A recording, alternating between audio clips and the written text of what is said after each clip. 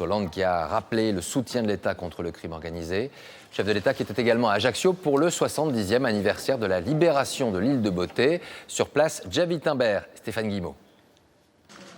Dans cette cave de la citadelle d'Ajaccio, Fred Scamaroni, le chef de la résistance locale, a été torturé en mars 1943. Le Jean Moulin Corse, comme on l'appelle ici, n'a jamais parlé.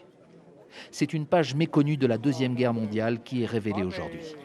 Enfin, on reconnaît à l'échelon national que nous avons été les premiers libérés, que nous nous sommes libérés.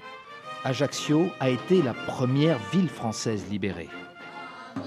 Quelques jours plus tard, dans la montagne corse, dans le village de Lévis, les maquisards parvenaient à repousser l'ennemi. Lévis, c'est la Corse qui libère la nation tout entière. Lévis est à jamais dans la mémoire nationale. Autres grands oubliés de l'histoire, les Goumiers, ces soldats marocains venus prêter main forte à la résistance en Corse. 70 ans plus tard, la France les a enfin honorés. Nous sommes heureux que la France nous ait appelés pour fêter cette libération.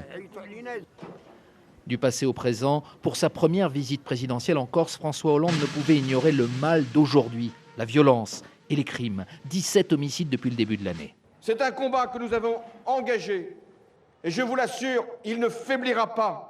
Nous y mettrons tous les moyens. Un autre sujet passionne ici, c'est l'avenir institutionnel de l'île. L'ensemble des élus réclament que la spécificité corse soit inscrite dans la Constitution française. Sur cette question, François Hollande est resté très prudent. Il préfère célébrer la mémoire des résistants, un sujet beaucoup plus consensuel.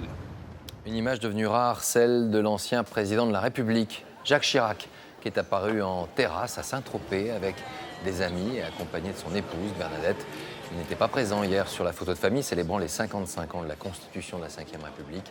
Ses proches qui reconnaissent que sa santé reste toujours fragile. C'est une question essentielle pour les différents services de